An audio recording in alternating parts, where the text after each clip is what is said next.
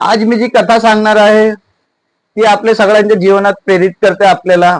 नमस्कार, ओम साईराम. माझे नाव नरेंद्र राठोड. एक युवक एक दिवशी शिर्डीत येतो, बाबांना भेटतो. बाबांना बोलतो, बाबा माझ्याकडे धन आहे, संपत्ती आहे, परिवार आहे, पण माझ्या मनात शांती नाही.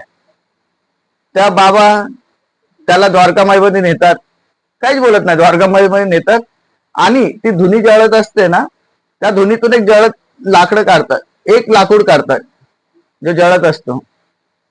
त्या युवकला बोलतात की बघ, तो लाकूड बाहेरून जळतोय, त्याला जर आपण हातात ठेवलं तर आपला हातही जळेल.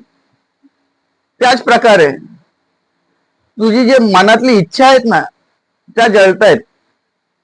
तू बाहेरून बरा दिसतोय, पण जे मनात तू जळतोयस.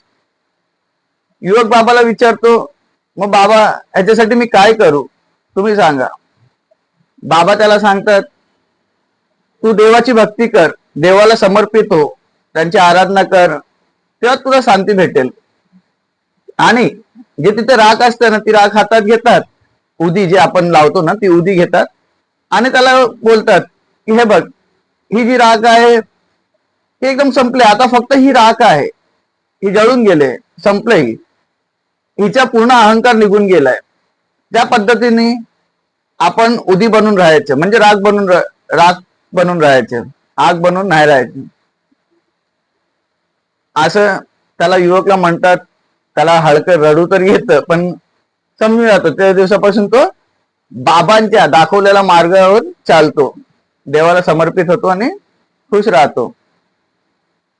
हेच बाबा आपल्याला बोलतात की हे सगळं काय मोह माया सगळं स्वप्न आहे, त्याला सोडा, देवाची देवभक्ती करा, त्यातच तुमचा खरा मार्ग आहे. लोकांची सेवा, देवभक्ती आणि श्रद्धा ठेवा.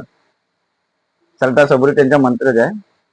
ही ही जी स्टोरी या कथा, सॉरी स्टोरी कथा एकच आहे. ही कथा लोककथेतून मी ऐकले, हे कुठल्या ग्रंथात किंवा कुठल्या पुस्तकात नाही, लोकांनी सांगितली, मी ऐकली, मला आवडली, मी तुम्हाला सांगितली. जर तुम्हाला आवडेल तर तुम्ही नक्की शेअर करा, एक लाईक नक्की करा.